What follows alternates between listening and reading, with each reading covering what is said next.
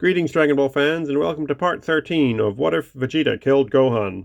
Black and Zamasu have made their appearance and quickly find themselves between the ground and an altogether different kind of god. Despite lacking interest in becoming a god of anything, several things have come together to push Gohan's power forward. He knows, deep down, that Earth needs the best defenders. There are gods that destroy, there are Kais that ignore. He needs to be ready. And besides, the shift from his usual, near-absolute ki control to full-blown god ki was so slight the discovery was almost comically easy for him. Seeing the recorded Gohan break out the god ki, Goku and Jet share a glance to see that both of them are smiling broadly. Of course he'd figured it out. But what about... Blasphemy! The recorded Zamasu screams, charging in with his own godly ki-blade. It was galling enough that other time had mortals with god ki. But here there wasn't supposed to be any. They came here instead as they needed to get stronger before facing that Goku and company. Black twists out of the way abruptly to keep from being pierced by his other self's rapidly approaching Keyblade, but his attempt is aborted as Gohan's own slight movement brings him back into the path. He screams out as the searing pain floods his body. Looking down, he sees Zamasu's hand coming through his chest, only to be twisted and pulled sideways. Black and Zamasu are thrown aside, crashing into a cliff face, shattering it. Zamasu stands up amid the rocks, the bones and flesh of his striking arm reforming from where they had been torn apart within Black's contorting body. "The Potara," Black coughs and wheezes. "Please, I'm..." Angered by Black's foolishness, Zamasu pushes his ki out, forcing the rocks away. He looks down at Black, who moves to take his single earring off. The recorded figures blur and shift rapidly as a gust of wind carries the recording past them, tearing the dust from the air. Gohan says that he'll hold on to these, as two Potara are clearly visible in his hand. As Zamasu reaches for his ear, finding nothing, Black coughs, blood hitting Zamasu's leg and boot. Zamasu, of course, steps away, repulsed by these weak, mortal bodies. "You chose this," Zamasu says coldly to his other self. "You could have been like me, immortal." A slight smile touches Black's lips. "Where's the..." He coughs again, splattering blood on the rocks. "Where's the fun in that?" Black's head then drops back, hitting the ground with a soft thud. Zamasu watches as the life energy fades from his other's body.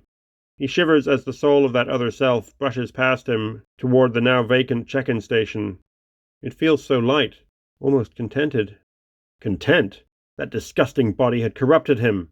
They corrupt everything. "And you," Gohan says, ignoring Zamasu's emotions, "are coming with me."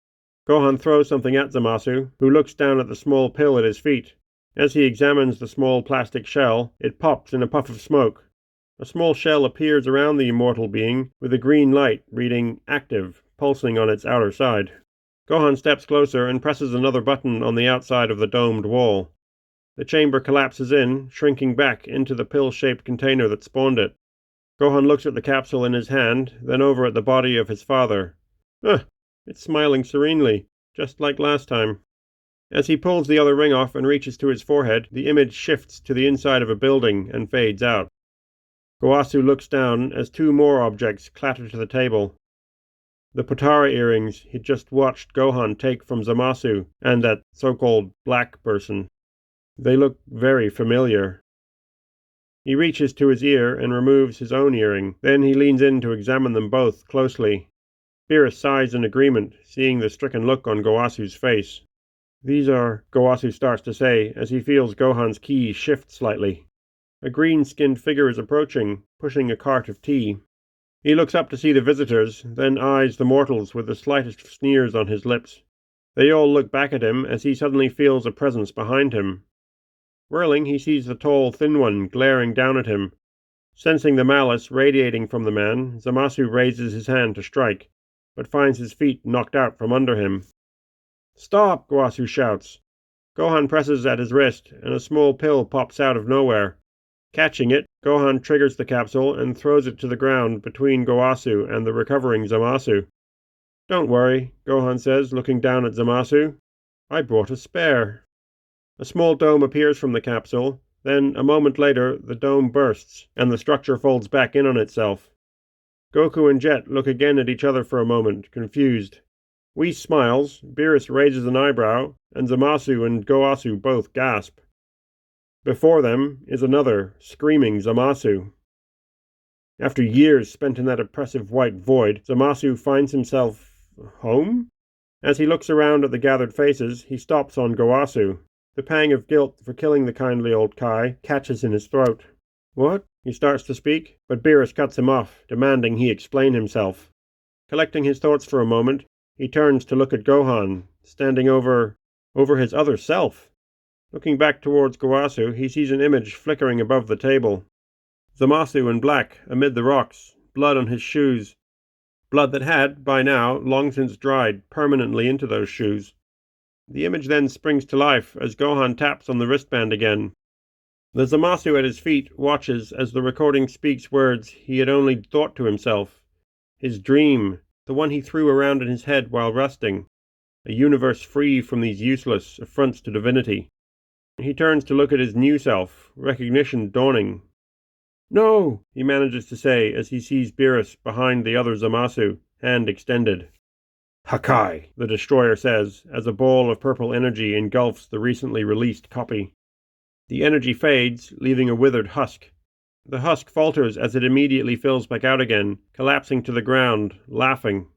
Beerus looks at his hand quizzically as Whis steps up and peers down at the almost recovered future Zamasu. "He's immortal," Gohan says. "We tried everything. Not even our Dragonballs could remove it." "This one, however," Gohan continues, looking down, "is my responsibility," Gowasu interrupts. "No!" the future Zamasu calls out, lashing out towards Gowasu, keyblade burning hot. He feels the burning heat of torn flesh and bone, his wrist wrapped in the vice-like hand from that affront to the divine order. Gowasu reels back, more from the force of Gohan's odd, deeply miscolored god ki than from the suddenness of Zamasu's own attack. He looks over at his Zamasu, then back at the crouching one. "These are mine, aren't they?" he says, holding out the Potara to the man who was his apprentice. The future Zamasu just looks at him, then down at the ground as he clutches at his arm, below the grip of this hateful mortal who has perverted the god ki essence so. Even now he twists it to his own will, impossibly amplifying it beyond all recognition. "Wait!" the other Zamasu shouts. Looking over at his past self, Zamasu sees the purple glow of destruction energy forming. "Hakai," Beerus says, pointing at the old Zamasu, while staring intently at the future one. The pain in his wrist fades suddenly as he finds he is no longer being held in place. He looks up at the blasphemous mortal in front of him, and smiling, he pushes his ki down into his undamaged arm. He feels nothing. His ki isn't there. Only that tingling sensation from before, quickly rising. His whole body is tingling. Then his whole body is on fire. Okay, hold up. How does that work? Killing the past Zamasu didn't kill Black, let alone the future, alternate, immortal Zamasu. That's a plot hole. Is it, though? He's not wearing a time ring, is he? His other self, who would have recruited this him, has been erased from history. Since he too is not, was not, will not be wearing a time ring? Oh, that's not totally confusing. So if Zamasu never existed to become Black, Black in turn didn't exist to recruit the future timeline's Zamasu, leaving him instead to his pipe dreams. He would never have wished for immortality, or at least not yet. Maybe in 500,000 years or so, when he worked up the gumption to do it himself. Once back in their home universe, Beerus and Whis bow out and bid a hasty retreat. Having never met that Gohan before, this Beerus is a bit off color. What had he done with his ki while holding that Zamasu down?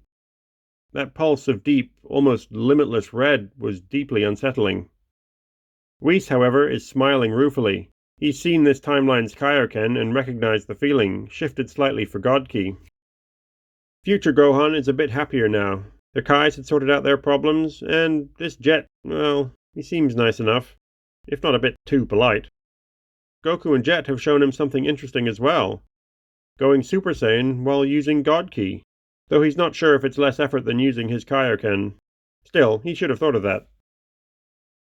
A large group of them fly off to Mount Paozu to meet her again, his mother.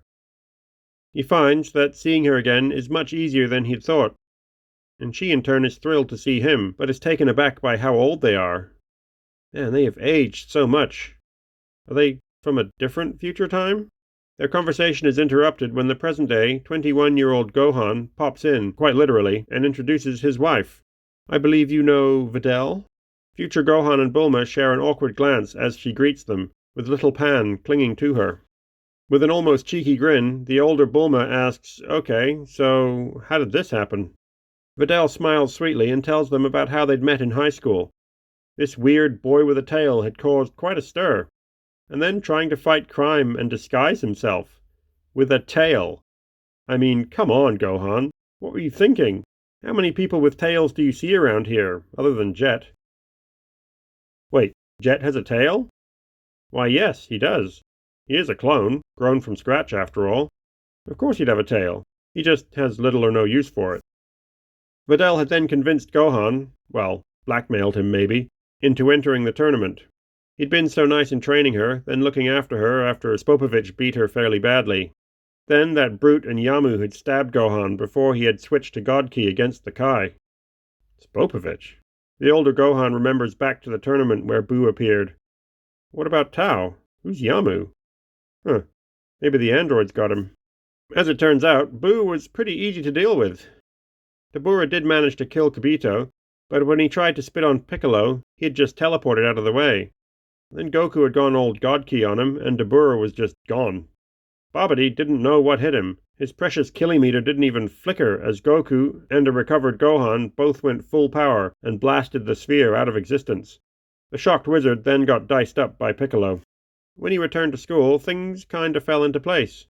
Videl had finally clicked about the Cell games and realized that that was him. Again, the tail. The damn tail was just such a giveaway.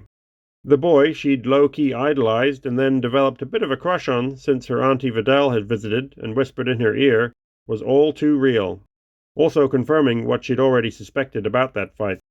They married early and have had Pan pretty quickly.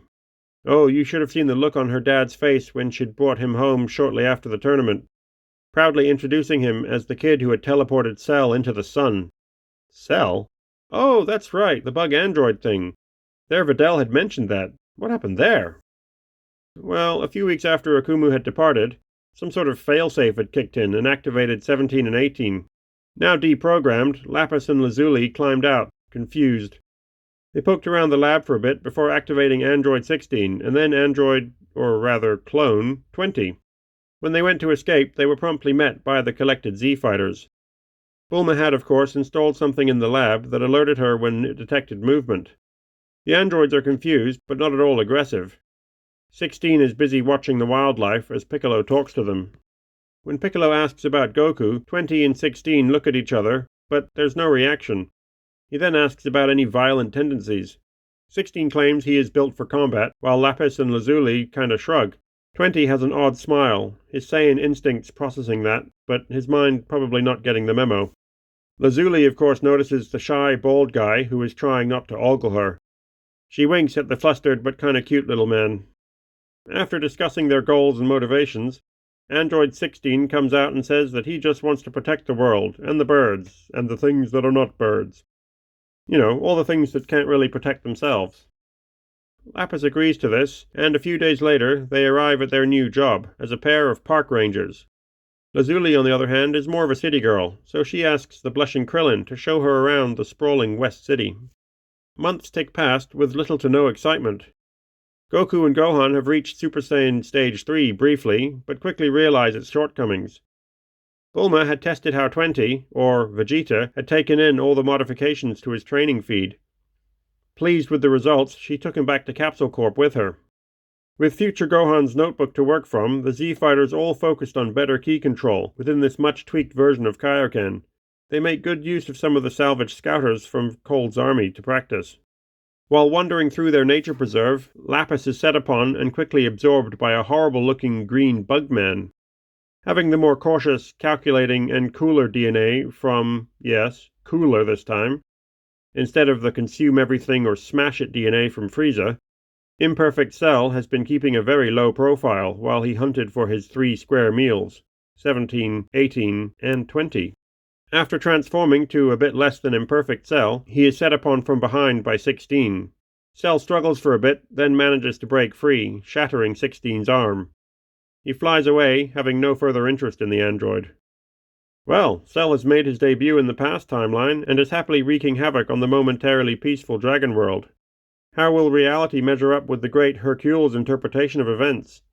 Find out next time on Dragon Ball. What if Vegeta killed Gohan?